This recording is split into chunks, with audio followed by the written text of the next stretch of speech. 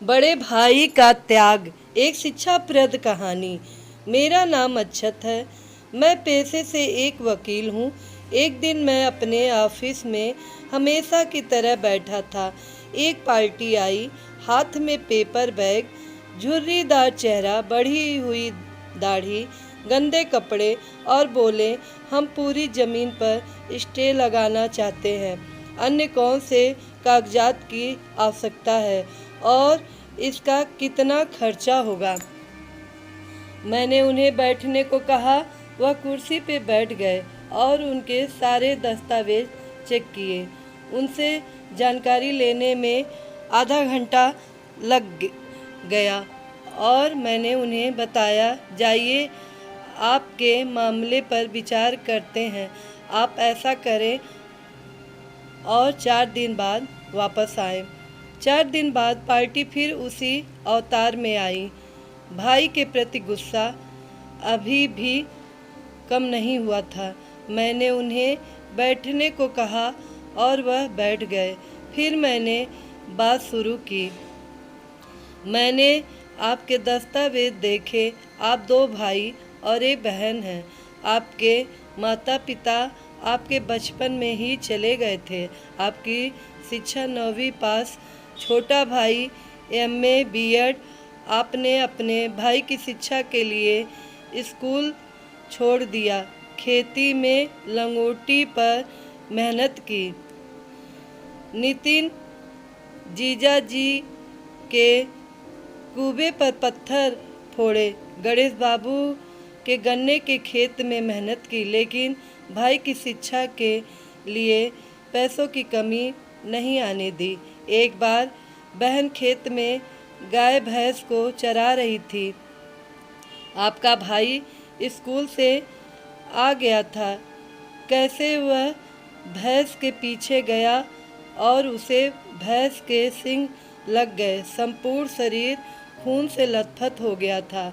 आप उसे कंधे पर उठाकर नज़दीकी गांव में ले गए। वास्तव में उस समय आपकी उम्र भी कुछ ज़्यादा नहीं थी। आपके भाई ने बीए में एडमिशन लिया। आपने फिर से जोरदार श्रम करना शुरू कर दिया, लेकिन अचानक उसे किडनी की समस्या होने लगी।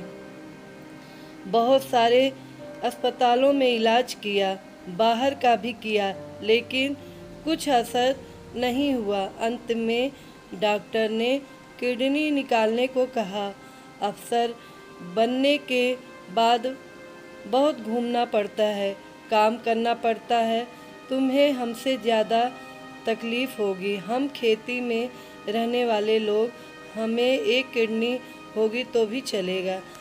ऐसा कहकर आपने अपने भाई को एक किडनी डोनेट कर दी। आपकी पत्नी के नहीं कहने के बावजूद आपने किसी की ना सुनी।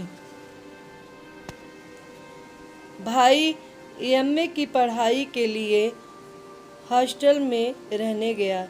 घर में अगर कभी नॉनवेज बनता था तो आप डिब्बे में पैक करके अपने छोटे भाई के लिए ले जाते थे। कोई त्यौहार आया तो पूड़ियों का डिब्बा घर से लेकर आप 25 किलोमीटर दूर हॉस्टल पर उसे देने के लिए साइकिल से जाते थे। उसके बाद जब छोटे भाई को नौकरी लगी तो आपने गांव में मिठाई बंटवाई। 3 साल पहले उसकी शादी हुई थी। भाई को नौकरी मिल गई, बहन की शादी हो गई। अब तुम पत्नी बच्चों के साथ सुखी रहोगे, लेकिन हुआ उल्टा ही। शादी के बाद से भाई घर नहीं आता। बुलाते तो कहता है, मैंने अपनी पत्नी को वचन दिया है।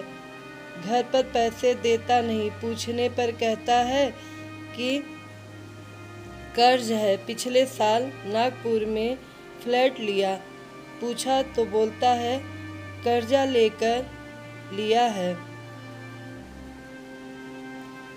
सब कुछ कहने के बाद मैं थोड़ी देर रुका और फिर कहा, अब आपका कहना है कि उसने अपनी कमाई का फ्लैट लिया हुआ है, उस पर स्टे लगाना है।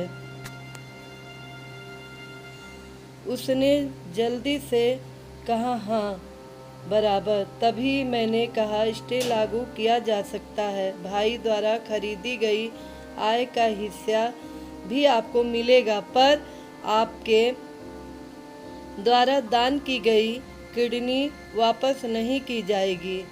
आपने उसके लिए जो जीवन बिताया वह आपको कभी वापस नहीं मिलेगा। और मुझे लगता है कि इन बातों के आगे उसने जो फ्लैट खरीदा है उसका मूल्य शून्य है। वकील की यह सब बातें सुनकर उसका मन बदल गया। तभी वकील ने उसे कहा, आप उसके तरह मत बनो। वह भिखारी निकला और आप दिलदार थे और दिलदार ही रहिए। देखना, आपको किसी भी चीज़ की कोई कमी नहीं होगी। उल्टा मैं कहूँगा कि पितृ आय में जो आपको हिस्सा मिला उतना ही रखो, उसका हिस्सा वैसे ही पड़े रहने दो। कोर्ट कचहरी करने के बजाय अपने बच्चों को शिक्षित करो। यह सब बातें सुनकर उस वृद्ध पार्टी ने 10 मिनट तक सोचा, सारे कागज बैग में रख लिए। अपनी आंखें पोंछते हुए वह बोला, चलता हूँ साहब। इस बात को 5 साल हो गए। एक दिन वह पार्टी अचानक ऑफिस आ गई। साथ में एक गोरा चिट्टा लड़का, हाथ में बैग था। मैंने कहा, उन्हें बैठने को कहा। तभी वह बोला, मैं बैठने के लिए नहीं आया हूँ साहब, मिठाई देने आया हूँ। यह मेरा बेटा न्यूजीलैंड में रहता है, कल ही आया है। अब गांव में 3 मंजिला घर है, 8-9 एकड़ खेती ली है। आप बोले थे ना कोर्ट कचहरी के लफड़े में मत पड़ो, इसलिए तभी से मैंने बेटे की पढ़ाई का रास्ता पकड़ा और मेरा सब अच्छा होता चला गया। उस पार्टी की बातें सुनकर मेरा दिल भर आया। गुस्से को उचित दिशा दी तो वापस गुस्से का वक्त कभी आएगा ही नहीं और जीवन में पश्चाताप भी नहीं करना पड़ेगा। मित्रों, अगर आप सबको कहानी पसंद आई हो तो लाइक कीजिएगा, कमेंट कीजिएगा, ज़्यादा से ज़्यादा शेयर कीजिएगा और हमारे चैनल को सब्सक्राइब कीजिएगा। साथ में बेल आइकन बटन को प्रेस कीजिएगा।